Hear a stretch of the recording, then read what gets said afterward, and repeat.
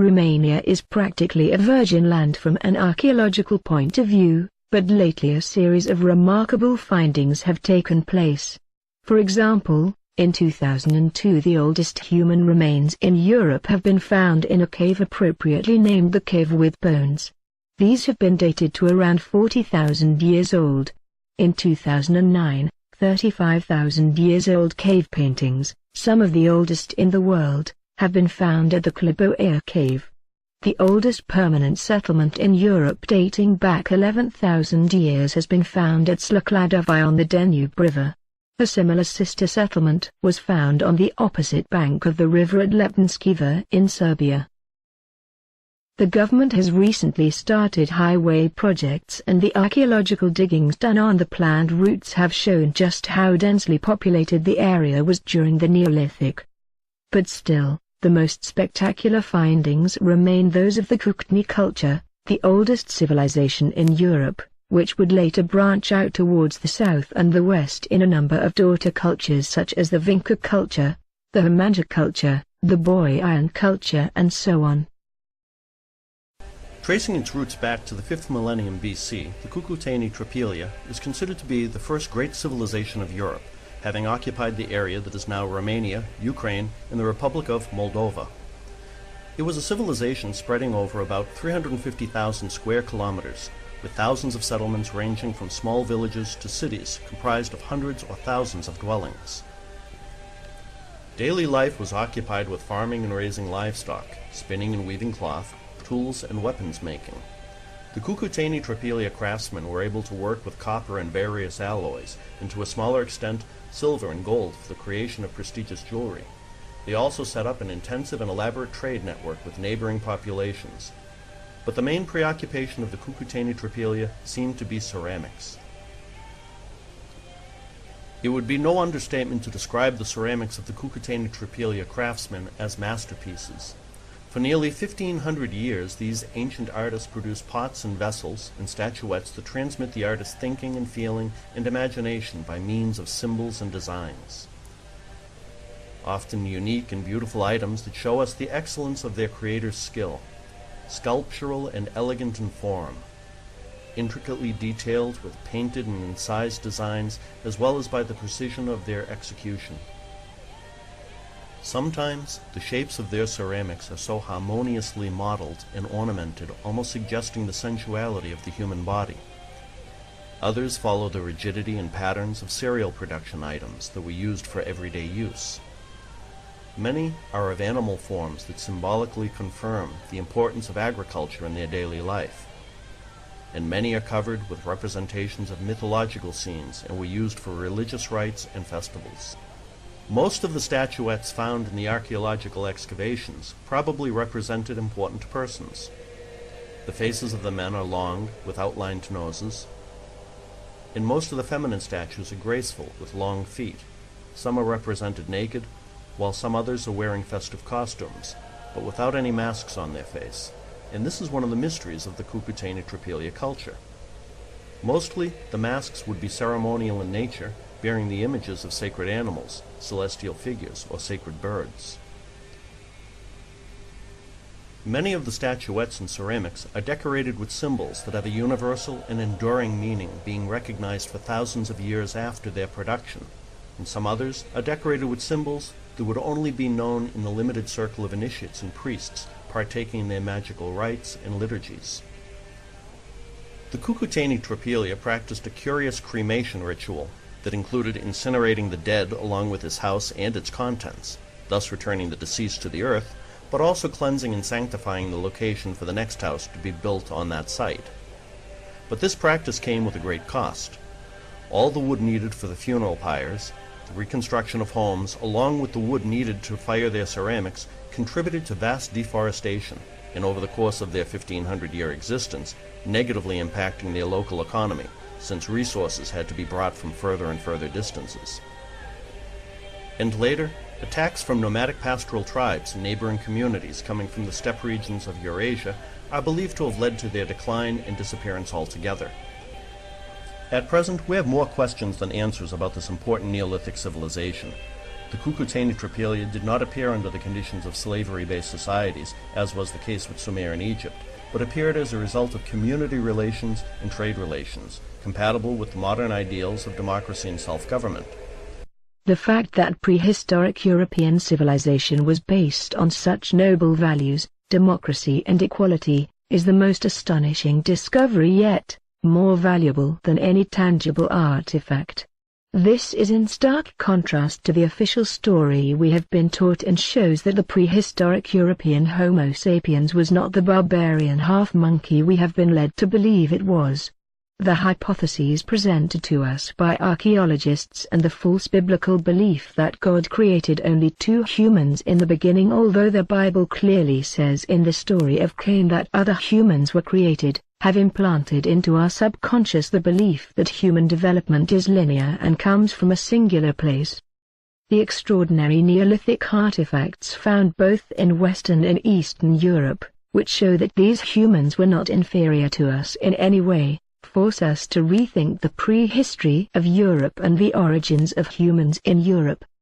In light of the fabulous discoveries made in recent years, some modern researchers such as Louis de Laval, Gordon Childe, Bosch Jimpera, William Schiller suggest that there never was an Indo-European migration to Europe and that the Thracians and the Celts are really the original Europeans, and some migrations actually took place the other way around. It has long been known, for example, that a small number of Indian tribes are descendants of Thracian people that left from Europe. Cambridge History of India, 1922. Let's take a minute to admire the art that the Kootenai culture has produced.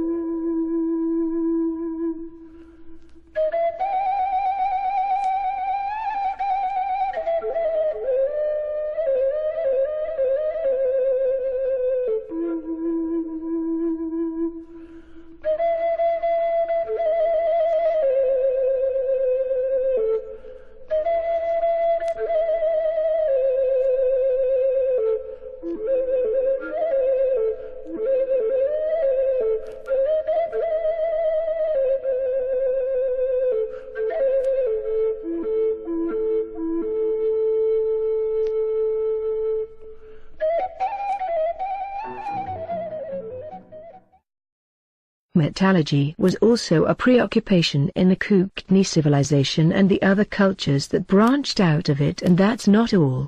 During the 2011 works on a new highway in the Sibiu County in Romania, the oldest Neolithic settlement in Romania was found, and among the artifacts recovered was also an iron chariot, along with the wooden wheel found in Ljubljana and the wheeled bull belonging to the Kootenai culture. This makes Europe the most likely place for the invention of the wheel.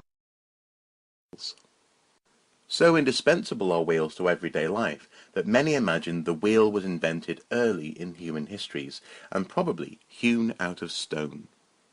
However, archaeology shows that for much of human history the wheel simply wasn't necessary and therefore wasn't invented. So just how old is this cyclotory shape? Well, some of the earliest evidence for wheels dates to around 3600 BC with the Cucuteni Tropilian culture. Here it is thought that over time sleds rolled on logs evolved into wheels on fixed axles. They also made wheels in the form of models. Here is a rollable bull. Another interesting recent find is the discovery of these yet undated clay tablets in 2012 at Preistorie, Romania, which show a primitive form of writing and could possibly belong to the same culture that produced the tablets found at Tartaria in central Romania, which are the oldest known form of writing in the world. Când în anii 1960 arheologul Nicolae Vlasa descoperă la Tărtăria, Sebeș, cele 3 mult discutate plăcuțe de lut, încă nu se știa cărei culturi aparțin, însă cercetări ulterioare au atestat faptul că cioburile descoperite în 1875 de Sofia Turmă, la fel cu întreaga cultură Vincea din Serbia și Bulgaria, conțin de fapt același inventar de semne. Este vorba despre semne simple, gravate pe ceramică, în special arsă și lut nears, uscat la soare, care reprezintă o unitate, cel puțin culturală, între mileniile 6 și mileniul 4 înaintea erei noastre. Prin anul 2003 a sosit la mine un cercetător din Italia, îl chema Marco Merlini.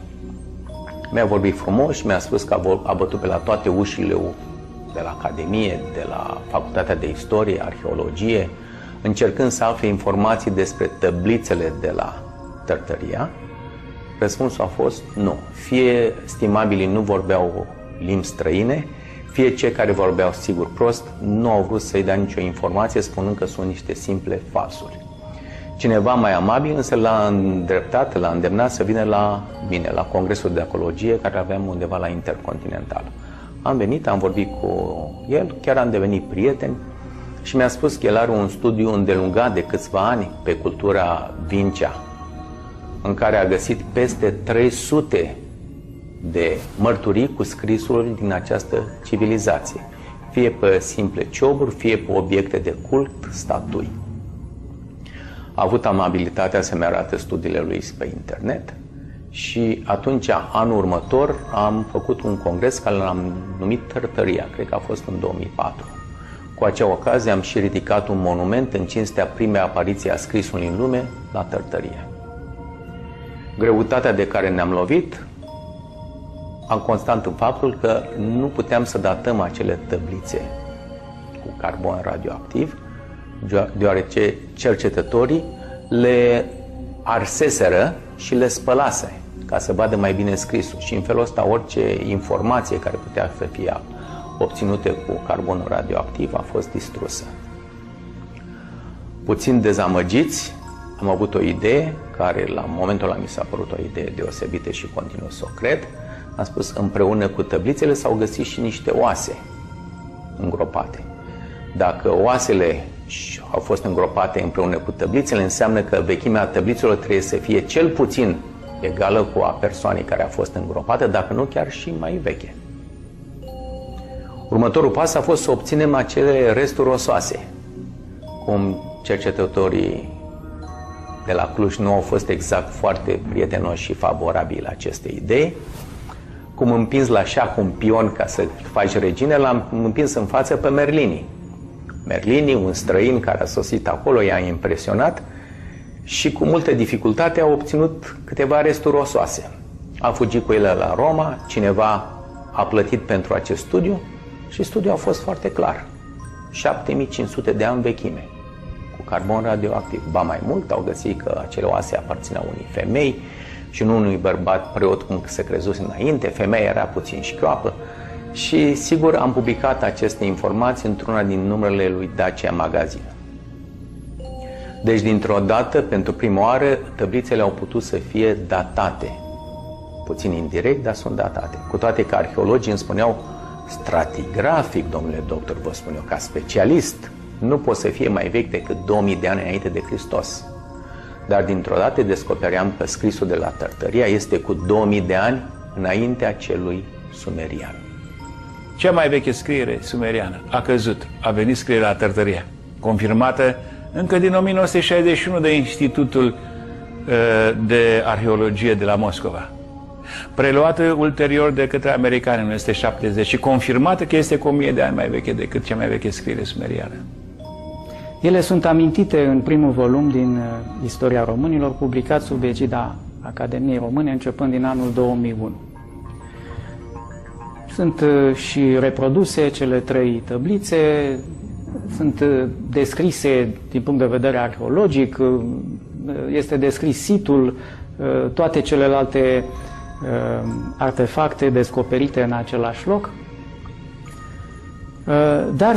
Dar autorul, un cercetător de la Institutul de Arheologie din Iași, ajunge la concluzia că soluționarea acestei probleme, deci realizarea, formularea unei concluzii științifice privind scrierea de la Tartaria, nu poate fi rezolvată decât așteptând noi descoperiri și noi ipoteze de interpretare. Acum, în același an, în anul 2001, la Paris, la editura Flammarion, apărea o istorie a scrisului, Histoire de l'écriture de l'idéogramme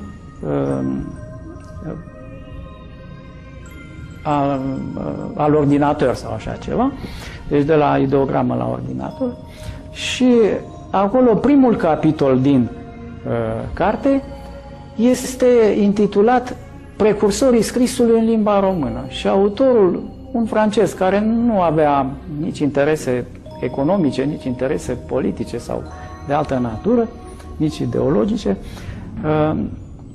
afirmă răspicat că scrierea de la Tartaria ocupă un loc extrem de important în istoria scrisului mondial. Și nu întâmplător, primul capitol este dedicat culturii Turdaș-Vincea și în cadrul acestei culturi, tablițele de lut de la Tartaria sunt prezentate acordându-li se importanța lor, fără a se mai aștepta alte descoperiri și ipoteze de interpretare, cum încercăm noi să amânăm întotdeauna.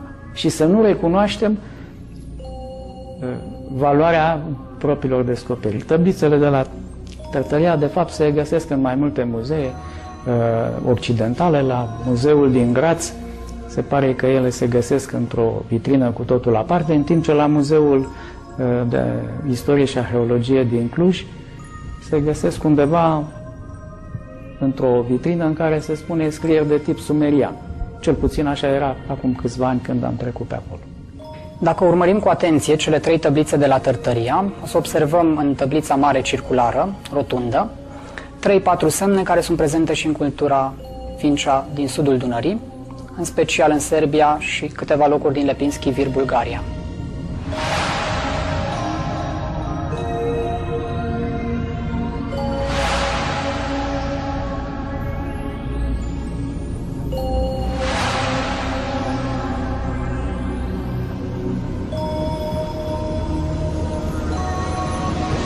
Problema scrierii în Valea Dunării este o problemă mai veche, care a fost abordată cu mare reticență, în special în cercetările române.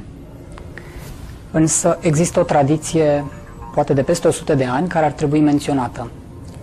În primul rând, în 1875, niște țărani din Sebeș, din satul Turdaș, au semnalat învățătorul că s-au descoperit în malul Mureșului niște cioburi. Este vorba despre cioburi pe care arheologul Sofia Turmă le-a adunat în lădițe. La vremea respectivă, cu excepția lui Cezar Boliac, arheologia română nu avea o cercetare și o metodă. Cioburile au fost puse în lădițe și sunt depozitate până astăzi în subsolul Muzeului de Istorie de la Cluj. În anii 90, când s-au deschis granițele spre vest, un cercetător important, nu e cunoscut în literatura de specialitate în România pentru că vorbește limba germană și a scris în limba germană, Harold Hartmann, publică un Universalgeschichte der Schriftung, o scriere universală, o istorie universală a scrierii, care apare în 91, reeditată în 94 și care face un inventar al acestor cioburi. Este prima dată când în anii 90 aflăm de fapt despre existența unei scrieri în Valea Dunării. Hartmann, pe baza cercetării Mariei Gimbutas, vorbesc despre o cultură europeană veche unitară. Este vorba de fapt despre un areal în cursul superior al Dunării și cursul inferior al Dunării, care cuprinde mai multe culturi, în special din mileniile 6 până în mileniul 4, cu un inventar de scriere unitar. Harold Hartmann, neavând un limbaj până atunci în știință, a inventat cuvântul scriere veche europeană, Alteuropäische Schriftung. Ele apar și observăm pe de o parte o unitate între ceea ce în 1875 fusese descoperit pe fusaiole, pe bucățele de lut și pe cioburi ceramice în Sebeș, și ceea ce în 1908-1910 descoperă serbii și bulgarii în cultura care va purta numele Vincea. De atunci vorbim despre cultura Vincea-Turdaș. Este vorba despre un spațiu de pe un mal și celălalt al Istrului, în care în mileniile 6 și 4 înaintea erei noastre s-a folosit o scriere unitară, considerată până la vremea respectivă o scriere artizanală, niște simboluri care însoțeau vasele de lut, cioburile funerare, care au fost găsite în inventariile funerare, și mai ales fusaiolele sau amuletele magice făcute din lut. Ceramica respectivă a fost inventariată abia mai târziu. Deja circulă pe internet variante cu aceste inventare făcute de Hartmann, care atestă în primul rând o unitate într-o parte și cealaltă a Istrului, pe care o putem aproxima și o putem suprapune cu teoria Mariei Gimbutas despre cultura marii zeițe. Asta mai ales datorită multitudinii de statuete ale zeiței Mama, pe care le găsim și de o parte și de alta a Dunării. O parte dintre ele chiar poartă asemenea însemne ca și cele de pe fusaiole.